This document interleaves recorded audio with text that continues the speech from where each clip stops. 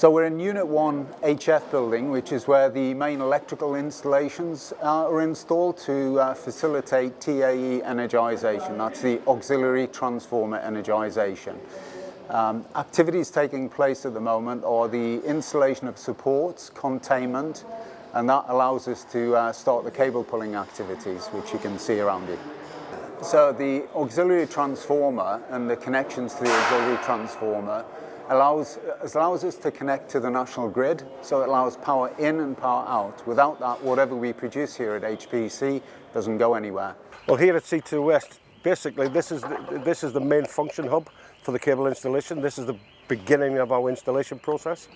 With the cable pulling team we have on site at the moment, these are all tried and tested guys who have worked in these kind of environments for many years.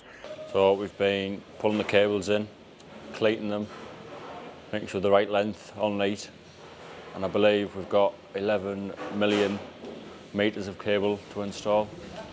It's the biggest job we've ever been on, so excited. At the Centre of Excellence, Cannington, we've installed some cables to see how difficult it's actually going to be out on site.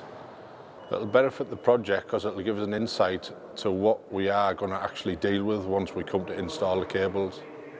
We started on working in HF building in August or late July 2021. So we've had 2 years of putting the metal support and containment in place that allows us to follow up with the cable runs that we're starting off now. The plan for the energisation of the auxiliary transformer is that would take place in July 2024. So we have 730 cables to install just to support that. And then following that, we actually put the bulk installation in HF building, which is another 1,036 cables. So it's still in amongst the total requirements for this project.